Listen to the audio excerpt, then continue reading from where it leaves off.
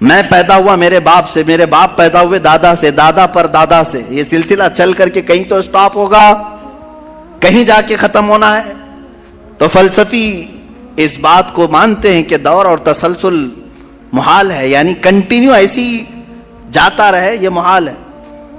ان کے ہاں ایسا ہے. میرے عزیزو, اب اگر میں ان سے سوال کروں کہ جیسے بہت سارے لوگ بھگوانوں کو بھی مان لیے, جبکہ بھگوان کی بیوی بھی ہے, بھگوان کے بچے بھی ہے اور بھگوان کا باپ بھی ہے, تو پھر اب سوال آئے گا کہ بھگوان کا دادا کون, بھگوان کا پردادا کون, پھر وہ نسب چلے گا. کہیں تو جا کے رکنا ہے, کہیں تو جا کے رکے گا. بچے ہیں تو اب تک ان کی نسل کیوں نہیں؟ بھگوان کے بھی بیٹے بیٹیاں تھی نا, بہت سارے بھگوانوں کا تذکرہ ہندوستان میں ہے, ان کے بیٹے بیٹیاں بتائی گئی ہیں, کتنے بیٹے تھے, رام کے بھی, کرشن کے بھی, سب کے بھی بتائے گئے ہیں بیٹے بیٹے. تو اب اولاد کہاں ہیں؟ باپ دادا کہاں تھے؟ میرے عزیزوں, میری اس بات کو یقیناً کوٹ کیا جائے گا. مجھے معلوم ہے چند دنوں پہلے یہ کہہ رہا تھا اورنگزیب کی اولاد برتن مانج رہی ہے, ٹیپو سلطان کی اولاد پنچر لگا رہی ہے. تجھے تو یہ ٹیپو سلطان اورنگزیب کی اولاد نظر آئی, ان کی کہاں ہے جن کا میں ذکر کر رہا ہوں؟ ان کی کہاں ہے؟ اور بہرحال اورنگزیب اور ٹیپو سلطان ان تمام کو چھوڑو, ان کی اولاد کو تو نے برتن مانجتے یا پنچر لگاتے تو دیکھا اللہ نے تو تجھے بانج بنا کر رکھا ہے. تیرے سے کوئی چیز نہیں آ سکتی سوائے گوبر اور غلاظت کے, کوئی چیز نہیں آ سکتی. میرے عزیزوں, میں یہاں عرض یہ کر رہا ہوں دور اور تسلسل, کہ اگر اس طرح کسی کا باپ ہے تو پھر دادا بھی ہوگا, دادا ہے تو پردادا بھی ہوگا, یہ چلتا رہے گا سلسلہ. یہ اسلام یہ ہے جس نے کہا قل هو اللہ احد اللہ الصمد لم یلد ولم یولد, کہو وہ اللہ ایک ہے, اللہ بے نیاز ہے, لم یلد نہ وہ کسی سے پیدا ہوا ہے, ولم یولد نہ اس سے کوئی پیدا ہوگا, اس سے کوئی لم یلد اس سے کوئی پیدا نہیں ہوا, اور نہ وہ کسی سے پیدا ہوا. یہاں ختم ہو گئی بات. اب نہ میرے خدا کا کوئی باپ ہے, نہ بیٹا ہے, نہ بھائی ہے, نہ بہن ہے, کہیں یہ تصور آئے گا ہی نہیں. تم ہم سے یہ سوال نہیں کر سکتے کہ اللہ کے آبا و اجداد کہاں ہے, اولاد کہاں ہے. ہم نے خدا کو مانا ہی ایسے ہے کہ وہ جسم و جسمانیت سے بھی پاک ہے, رشتہ داری سے پاک ہے, کوئی نہ اس کا ہمتا ہے, ایک ہی سب کی سنتا ہے. یہ اللہ تبارک و تعالیٰ کے متعلق ہمارا یقین یہی ہے. عزیزان گرامی وقار, دور اور تسلسل کا جو قانون ہے میں نے یہی بتایا کہ بعض لوگ اس چیز کے ذریعے سے بھی چاہیں تو ہدایت حاصل کر سکتے ہیں کہ کہیں تو جا کے ہمیں فل سٹاپ ہونا پڑے گا. کوئی تو ہے جو اینڈ ہے, اس کو کوئی پیدا کرنے والا نہ ہو, جا کر کے تمہیں ختم ہونا پڑے گا ایک نہ ایک جگہ. کہ کوئی تو ہے جو لاسٹ ہے, اس کو کوئی نہ پیدا کیا ہو. اگر اس کو بھی کوئی پیدا کیا ہے تو پھر یہ بھی بات ہے کہ اس کو بھی کوئی پیدا کیا ہوگا. تو ہمیں ایک ایسی ذات ماننی پڑے گی جس کو کوئی نہ پیدا کیا ہو, تبھی جا کر کے ہم یہ کہتے ہیں وہ جو ذات تم جا کر اینڈ ہوگے اسی کا نام اللہ رب العزت ہے, جس کو کسی نے پیدا نہیں کیا. یہ اسلام کا بہترین عقیدہ ہے. میرے عزیزو, توحید کسے کہتے ہیں؟ اب بات آتی ہے, وجود کی بات ہو گئی, اللہ ہے اتنا تو ماننا پڑے گا. اس کے لیے تو بہت ساری دلیلیں بچے بھی پکڑ کر کے بتا دیں گے. ایک خاتون, ہم نے بچپن میں پڑھا تھا, ایک بوڑھی عورت چرخہ سل رہی تھی, اس سے جا کر کسی نے پوچھا کہ اللہ ہے کہ نہیں ہے, تو اس نے کہا ہے. کیا دلیل ہے؟ کہا یہ میرا چرخہ جو سل رہا ہوں اسی یہی دلیل ہے اللہ کی. کہا کہ کیسے؟ کہا یہ چرخہ, اس سے کپڑے سلتی ہوں, جب تک میں چلاتی نہیں یہ سلتا نہیں, مشین سلتی نہیں ہے کپڑے, اسی سے میں نے یہ یقین کر لیا کہ میرا چرخہ میرے چلائے بغیر نہیں چلتا, تو نظام کائنات پورا بغیر چلائے کیسے چلے گا؟ کوئی تو ہے. یہ ہو گئی بات وجود کی, کوئی تو ہے. اب آتی ہے توحید کی بات, کوئی تو ہے. اب ہمیں یہ بتانا ہے ایک ہی ہے. کوئی تو ہے لیکن وہ جو ہے وہ ایک ہی ہے. یہاں پر بھی ہمیں اسلام نے جو فلسفہ دیا ہے, قانون دیا, وہ بہت ہی پیارا ہے. اس کی وجہ کیا ہے میرے عزیزو؟ چلو اب ہم توحید کی طرف آتے ہیں. توحید کہتے ہیں ایک ماننا. ایک ماننا حقیقت میں دیکھا جائے تو دنیا کے اکثر مذاہب میں توحید کا شروع میں درس رہا. عیسائیت جو آئی ان میں بھی تھا, بعد میں یہ تثلیث کے قائل ہو گئے. یہودیوں میں بھی اللہ کو ہی مانتے, خدا کو ہی ماننا ہے. ہندوؤں میں بھی ایک کا ہونے کا تصور کتابوں میں ان کے موجود ہے. یہ اور بات ہے کہ انہوں نے ملا دیا, مسالے لگا دیے, الگ الگ ہو گئے. خالص جو اپنے دین پر باقی ہے الحمدللہ وہ اسلام ہے. آج بھی اللہ رب العزت ہے اور وہ ایک ہے, ایک ہے. اس پر کیا دلیل ہے؟ اس پر بھی دلیلیں دینی ہوں گی مسلمانوں. عقلی دلیلیں بھی ہیں, نقلی دلیلیں بھی ہیں. نقلی دلیلیں ہمارے لیے, نقلی کا مطلب ہوا کسی جگہ سے ثابت ہے, قرآن سے, حدیث سے یہ ثابت ہے تو یہ نقلی دلیل. عقلی جو عقل بھی جس کو تسلیم کرے, عقل جس کو ایکسپٹ کرے, وہ کیا ہے؟ اس بوڑھی عورت کا ہی میں بتا دوں جس نے چرخہ سلا اور چرخے کو چلانے میں اس نے کہا کہ اللہ ہے, کوئی تو ہے, کیونکہ میری مشین بغیر چلائے نہیں چلتی. تو اس سے صاحب نے جس نے سوال کیا پوچھا کہ اچھا ہے تو کیا وہ ایک ہے کہ دو ہے؟ کہا نہیں ایک ہی ہے. کہا وہ کیسے؟ کہا دو ہو تو دیکھو تم سامنے بیٹھو, ادھر سے چلاؤ, میں ادھر سے چلاتی ہوں. پھر کپڑے کی کیا درگت بنتی ہے؟ تم اپنی طرف کپڑا کھینچ رہے ہوں گے, میں اپنی طرف کپڑا کھینچ رہی ہوں گی. اس سے میں نے یہ یقین کر لیا میرے کپڑے کو سلنے کے لیے میرے چرخے پر ایک ہی کا ہونا ضروری ہے. دو بیٹھیں گے تو کپڑا پھر پائجامے کی بجائے کرتا ہو سکتا ہے, کرتے کی بجائے ہو سکتی ہے, کچھ بھی ہو سکتا ہے, کچھ بھی سل جاتا ہے. تو دو لوگ ایک مشین کو سلنے جائیں تو نظام درہم برہم ہو سکتا ہے.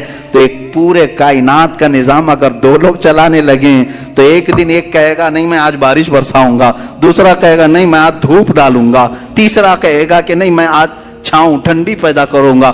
تو یہ تو انہی کے درمیان جھگڑا ہوتا رہے گا. اسی لیے قرآن نے بھی کہا لو کان فیہما آلہۃ الا اللہ لفسدتا, اگر ان کائنات میں زمین و آسمانوں میں خدا کے علاوہ دو ہوتے تو ضرور اس میں فساد ہوتا, ضرور اس میں نظام درہم برہم ہوتا.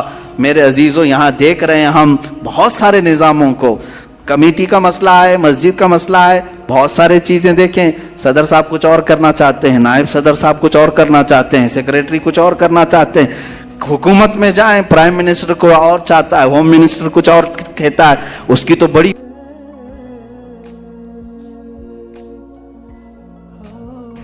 پتہ ہی نہیں ہے. لیکن نظام ایک ملک کا چلا رہے ہیں, ایک ملک کا چلا رہے ہیں. فساد اسی لیے ہو رہا ہے, فساد اسی لیے ہوتا ہے اور ان کو پتہ بھی نہیں رہتا. وہ بھاشن میں کچھ اور بول کے آئے, یہ پارلیمنٹ میں کچھ اور بول کے آیا. یہ سب ہماری مثالیں جو میں آپ کو پیش کر رہا ہوں دیکھ کر کے سمجھنے کے لیے. ایک سے زیادہ جب ہوتے ہیں تو عقلوں کا ملنا ضروری نہیں, ہر ایک کی عقل الگ الگ چل سکتی ہے. اب آئیے, کوئی کہہ سکتا ہے نہیں بھائی اتحاد سے بھی تو کام ہو سکتا ہے, یونٹی سے بھی تو کام ہوتا ہے, کچھ جگہ ہوتا ہے نا. کوئی اگر کہے کہ خدا ایک نہیں دو ہیں اور دونوں مل کے کام کرتے ہیں, دونوں مل کے کام کرتے ہیں, تو اب میں آپ کو کہتا ہوں ایک نمبر والا خدا وہ کہتا ہے آج بارش برساؤں گا. 2 نمبر والا اگر اتحاد کرتا ہے اور کہتا ہے کہ نہیں ہاں تو جو کرے گا وہی میں کرتا ہوں, تو یہاں پر قانون یہ تفسیر میں فرمائے گا دوسرا والا تو عاجز ہو گیا, وہ مختار نہیں ہے پھر فیصلہ لینے میں. اور عاجز جو ہوتا ہے وہ خدا نہیں ہوتا. خدا وہی ہوتا ہے جو مالک و مختار ہے, جو خود فیصلے لے گا اور اس میں کسی کو شریک نہیں کرے گا. تو اگر دوسرا والا مان گیا اس کی تو وہ خدا عاجز ہو گیا, اس کی اپنی نہیں چلی. دوسرے دن دوسرا چلایا اور پہلے والا راضی ہو گیا تو پہلا عاجز ہو گیا. تو خدا عاجز نہیں ہو سکتا, یہ ہمارا عقیدہ ہے. خدا وہی ہے جو قادر مطلق ہے, قادر مطلق ہر چیز پر وہ خود فیصلے لیتا ہے, خود ہی اختیار رکھتا ہے. الحمدللہ اسلام کو اتنا پاک و صاف رکھا گیا ہے. خدا کا جو عقیدہ ہے ہمارے ہاں, عقیدہ توحید ہے, وہ انسان کے ذہن کو بھی پاک و صاف کرتا ہے, انسان کا ذہن بھی پاک و صاف رہتا ہے. اگر عقیدہ توحید تمہارا ہٹ گیا, میرے عزیزو توجہ چاہتا ہوں, توحید عقیدہ سمجھ گئے, اللہ کو ایک ماننے کا عقیدہ اگر ہٹ گیا تو پھر انسان اتنا ذلیل ہوتا ہے کہ پھر وہ ہر چیز کو خدا ماننے لگ جاتا ہے, چاہے وہ چوہا ہو کہ بلی ہو کہ سانپ ہو کہ مچھر ہو, کسی کے بھی سامنے جھکنے لگ جاتا ہے. توحید کا عقیدہ اگر ذہن سے ہٹ گیا, اللہ کو ایک اور بڑا ماننے کا عقیدہ ہٹ گیا, تو ہم نے ان لوگوں کو بھی دیکھا ہے جو عورتوں کی شرمگاہوں کو بھی عبادت کرتے ہیں، بہت ساری غلاظتوں کو بھی پوجتے ہیں۔ میرے عزیزو، یہ کب آتی یہ چیز؟ جب عقیدہ توحید انسان سے ہٹ جاتا ہے تو بہت ہی نیچے گر جاتا ہے۔ اللہ تعالیٰ نے ذہنوں کو پاک رکھنے کے لیے یہ ہمیں کتنا بہترین عقیدہ دیا ہے، اور وہ ایک ہے، اور الحمدللہ مسلمان اسے آج بھی ایک ہی مانتے ہیں۔ کئی چیزیں ہیں، میں یہ علم الہیات پر آج بات کرنا چاہتا تھا۔ پہلے وجود باری تعالیٰ، اور دوسرے اللہ کے ایک ہونے پر سب سے بڑی دلیل یہ ہے، ایک سے زیادہ ہوں گے تو نظام درہم برہم ہو سکتا ہے، اور اب تک نظام درہم برہم نہیں ہوا۔ اس کا مطلب ہے کہ ایک ہی چلا رہا ہے۔ سورج کو جس طرح سے اس نے سالوں سے چلایا ہے، چاند کو جس طرح چلایا ہے، موسموں کا آنا جانا، قرآن خود یہ کہتا ہے، میں نے آیت خطبے کے بعد یہی تلاوت کی، ان فی خلق السماوات والارض واختلاف اللیل والنہار، بے شک زمینوں کی پیدائش میں، آسمانوں کی پیدائش میں، اور رات و دن کے آنے جانے میں تمہارے لیے بہت بڑی نشانیاں ہیں، کہ ایک ہی ہے جو اس کو اپنی مرضی سے بنایا ہے۔ عزیزان گرامی وقار، ہندوؤں میں بھی ایک ہونے کا عقیدہ تھا کہ ایک خدا ہے۔ بہت ساری کتابیں ہیں جس کو میں نے پڑھا ہے، جس میں کہا گیا ہے سنسکرت میں کہ وہ ایک ہی ہے، لیکن ہوا یہ کہ بعد میں ان تعلیمات میں مکسنگ کیسے آئی؟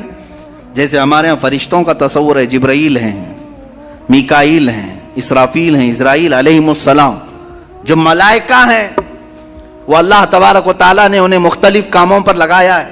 میکائیل علیہ السلام بارش برساتے ہیں، روزی پہنچانے کے کام میں ہیں، اسرائیل علیہ السلام روح نکالتے ہیں۔ تو ان ملائکہ کو جس طرح سے ہمارے ہاں تصور دیا گیا، اللہ کے فرشتے، تو ان لوگوں نے ان دوسرے کاموں کو دیکھ کر ہر ایک چیز کا الگ الگ خدا بنا لیا۔ ہواؤں کا خدا الگ، بارش کا خدا الگ، آگ کا خدا الگ، پانی کا خدا الگ۔ یہاں پر دھوکہ کھا گئے، وہ خدا نہیں ہے، وہ خدا کے فرشتے، اللہ تبارک و تعالیٰ نے جن کو ان کائنات کے کاموں پر لگایا۔ ہمارا عقیدہ میں بتا رہا ہوں۔ عزیزان گرامی، یہاں پر میں یہ باتیں اس لیے عرض کر رہا ہوں کہ سب سے پہلے وجود باری تعالیٰ اللہ ہے، دوسری چیز وہ ایک ہے۔ اب تیسری چیز آتی ہے جس کے متعلق آج کے بہت سارے دہریے سائنس کے اسٹوڈنٹ وہ کہتے ہیں، اگر ہے مان لیا، ایک ہے مان لیا، دکھتا کیوں نہیں ہے؟ یہ بھی سوال ہے۔ ہمارا عقیدہ ہے نراکار ہے، اور وہ آکار مانتے ہیں۔ بعض لوگ ان کے ہاں بھی ہے جو خدا کو نراکار مانتے ہیں کہ وہ نہیں دکھ سکتا۔ میرے عزیزو، یہ جن لوگوں نے ہم سے سوال کیا کہ پھر وہ دکھتا کیوں نہیں، اس کے لیے میں جواب یہ بتاؤں گا کہ اگر انسان جس طرح سے آج پیدا کیا گیا، جتنی اس کے اندر کمزوریاں ہیں، انسان کی آنکھوں میں پورا کا پورا سورج نہیں سما پا رہا ہے۔ کڑی دھوپ میں سورج کو کیوں نہیں دیکھتے؟ وہ تو دکھ رہا ہے نا، تو دیکھو 1 گھنٹہ دیدار کرو، درشن کرو سورج کی، کیوں نہیں کرتے؟ آپ کے اندر تاب و طاقت نہیں ہے۔ سورج کروڑوں میل دور ہے، اس کو آپ پورے طور پر اپنی آنکھوں میں نہیں لے پا رہے ہیں۔ تو یہاں سے تم سب کو پتا چلا کہ میری آنکھیں کمزور ہیں، دنیا کی بڑی چیزوں کو میں سما نہیں سکتا۔ تو یہ تو سورج کے بارے میں کہہ رہا ہوں، جو رب ذوالجلال کی ہزاروں نہیں کروڑوں تخلیقات میں سے ایک ذرہ ہے۔ اس ایک ذرے کو ہماری آنکھیں نہیں سما پاتی، تو پورے کائنات کے خدا کو، رب ذوالجلال کی تجلیات کو کیسے سما پائیں گے؟ آنکھوں میں کیسے اسے سما سکتے؟ اسی لیے اللہ نے قرآن میں فرمایا لا یدرکہ الابصار، اس کو کوئی آنکھ گھیر نہیں سکتی۔ وہ کیوں؟ سوال بھی تو ہے کہ اگر گھیر لے آنکھیں، ہو کیا جاتا اگر اللہ کو دیکھ لیتے؟